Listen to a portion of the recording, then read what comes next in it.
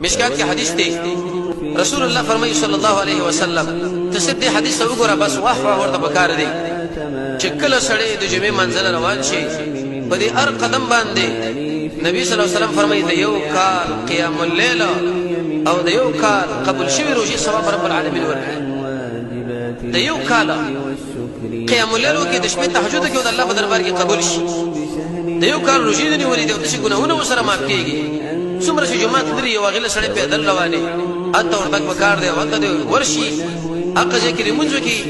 ام دغه یو د جمعې منځ ازمو څو ځپاره د وح خبره ده مشکار کې د حدیث سړی وګړي ډېر انتیجات خوشاله شي قبول شوی کې قیام الليل او دا قشن د قبول شوی روزي ثواب چې په یو قدم باندې تعالی الله درکې د کال په اندازه باندې دا به څو قدمونه اخلي دا به څومره مزید سړی وګړي چې کله سړی په حدیث باندې پوه شي صلى الله على